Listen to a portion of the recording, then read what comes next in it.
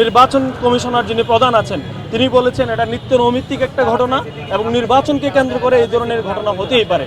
আমরা ধিক্কার জানাই এবং তার এই বক্তব্যকে আমরা ঘৃণাবর প্রকাশ করি। সেখানে মিটিং করবেন এবং ছাত্র জনতার যে দাবিগুলো সেগুলো তারা উপস্থাপন করবেন।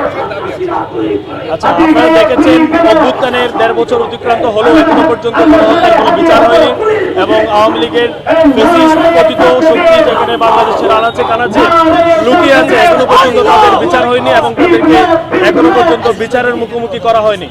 আমাদের সামগ্রিকভাবে এখন আমাদের প্রধান এবং প্রাইম দাবি হলো যে ঘাতক আমাদের হাদি ভাইকে হত্যার উদ্দেশ্যে হামলা করেছে তাদেরকে যেন গ্রেপ্তার করা হয়। এবং আমরা শুনতে পাচ্ছি ঘাতক ইতিমধ্যে দেশ থেকে পালিয়ে তারা ভারতে আশ্রয় নিয়েছেন। এটা আমাদের জন্য খুবই লজ্জার।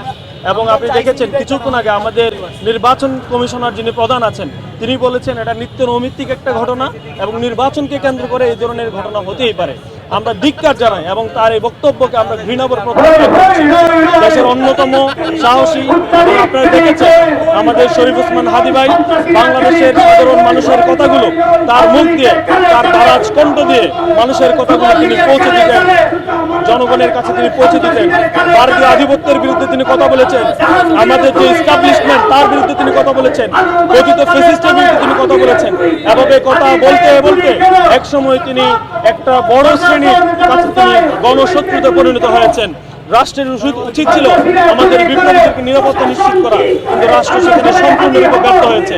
আরো যদি স্পষ্ট করে বলতে চাই, আপনারা দেখেছেন আমাদের জুলাই বিপ্লব চলাকালীন বাংলাদেশের বিভিন্ন থানা থেকে যে অস্ত্রগুলো লুট হয়েছে এখনো পর্যন্ত ইন্টারিম সেই অস্ত্রগুলো উদ্ধার করতে পারেনি। বাংলাদেশের জন্য আমাদের নির্বাচন খুবই প্রয়োজন। নির্বাচন যদি দেরিতে হয় আমাদের দেশ সংকটে পড়ে যাবে। অথচ নির্বাচনের তফসিল ঘোষণা করা হয়েছে, এখনো পর্যন্ত সরকার অস্ত্রগুলো উদ্ধার করতে পারেনি। এটা সরকারের দরকার এবং আমরা সরকারের প্রতি উদাত্ত আহ্বান জানাই, নির্বাচনের আগ পর্যন্ত যে সময়টুকু আছে ওই সময়ে যদি সরকার সশস্ত্র থাকে একটি যৌথ বাহিনী গঠনের মাধ্যমে দেশে একটি সাঁড়াশি ছিরুনি অভিযান পরিচালনার মাধ্যমে যেসব অস্ত্র রয়েছে অবৈধ অস্ত্রসমূহ তারা উদ্ধার করতে পারে। এটা না করে সরকারের অবৈধ অতর্ব স্বরাষ্ট্র উপদেষ্টা কি বলেছে, স্বরাষ্ট্র উপদেষ্টা বলেছে আমাদের প্রার্থীদেরকে অস্ত্র দেওয়া হবে, যারা চায় তাদেরকে দেওয়া হবে। আমরা মনে করছি এটি কোনো সমাধান নয়, বরং এটি দেশকে একটি গৃহযুদ্ধের দিকে ঠেলে দেওয়ার হিসাবে আমরা তার বক্তব্যের তীব্র নিন্দা এবং প্রতিবাদ জানাচ্ছি।